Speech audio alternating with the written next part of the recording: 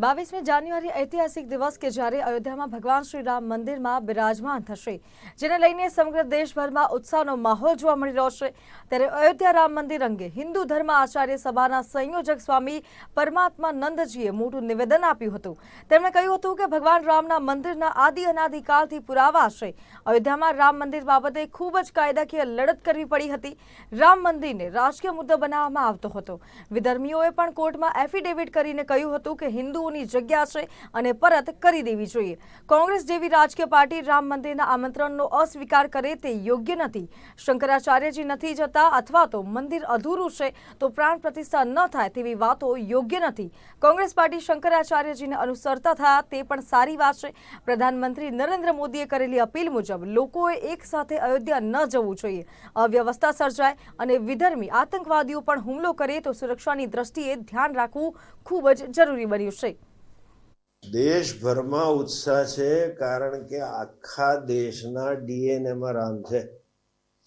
જે લોકોની આસ્થા બીજા કોઈ દેવતામાં હોય કે બીજા કોઈ ધર્મમાં હોય તો એ મૂળ તો બધા હિન્દુ જ છે, એનો ડીએનએ જ છે। અને આજે આ બધું ટેકનોલોજીના અને એઆઈના આક્રમણને લીધે થોડી હિન્દુ સંસ્કૃતિના મૂલ્યનો રાસ થોડો જોવા મળે છે। બાકી આજથી 200-500 વર્ષ પહેલાં, એ 200 શું 100-150 વર્ષ પહેલાં આખો દેશ હિન્દુ જીવન રીતે જ જીવતો હતો। અને સદીઓથી અનાદિકાળથી ભગવાન શ્રી રામનો ઉલ્લેખ વેદમાં છે।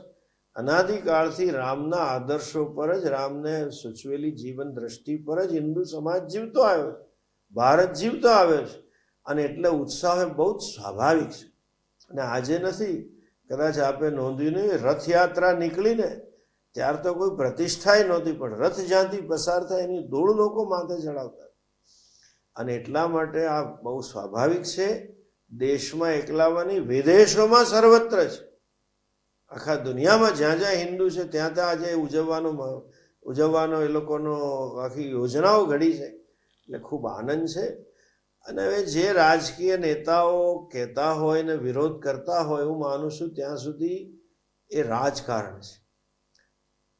ધર્મમાં રાજકારણ ન હોવું જોઈએ, રાજકારણમાં ધર્મ હોવો જોઈએ। ધર્મનું પહેલું લક્ષણ છે સાચું બોલવું। હવે જે લોકો વિરોધ કરી રહ્યા છે અને શંકરાચાર્યને આગળ કરી રહ્યા છે, એ સૌને મારી એક જ વિનંતી છે કે ભાઈ, તો શંકરાચાર્યને આગળ કરીને તમે આમાં નથી જતા, આખું જીવન શંકરાચાર્યજીના કયા પ્રમાણે જીવન, તો પછી આવું તમે નહીં કહો। એમના કહેવાનો જ પ્રશ્ન નથી। શું એ લોકોને જે શંકરાચાર્યજી પ્રચાર પ્રસાર કરે છે વેદના નિત્ય કર્મકાંડનો, વેદના જીવન ગો માતાની પૂજાનો, કે આપણા મૂર્તિ ભગવાનની પૂજાનો, આસ્થાનો, એ છે। આ એ જ સરકારો છે કે જે લોકોએ ગાયને રાષ્ટ્રીય પ્રાણી ન બનવા દેવા માટે કેટલા સાધુઓને મારી નાખ્યા હતા દિલ્હીમાં, આજથી 52-55 વર્ષ પહેલાં। એ જ સરકાર, એ જ નેતાઓના પૂર્વજો છે। એટલે હવે આ બધું, અને આ એ જ સરકારના પૂર્વજોએ મારા રામ સેતુના કેસ હતો જે મારો આચાર્ય સભાનો, એમાં એફિડેવિટ આપી હતી કે રામ કાલ્પનિક પાત્ર છે। એટલે આ બધું રાજકીય દાવપેચ છે। એટલે ફરી હું કહું કે ધર્મમય રાજકારણ ખેલું, રામજીમાંથી આ શીખવા જેવું છે। એમણે એટલું નીતિમય યુદ્ધ કરી, યુદ્ધ દુશ્મન સાથે પણ કેવો વ્યવહાર કરવો એ એમણે શીખવાડ્યું છે।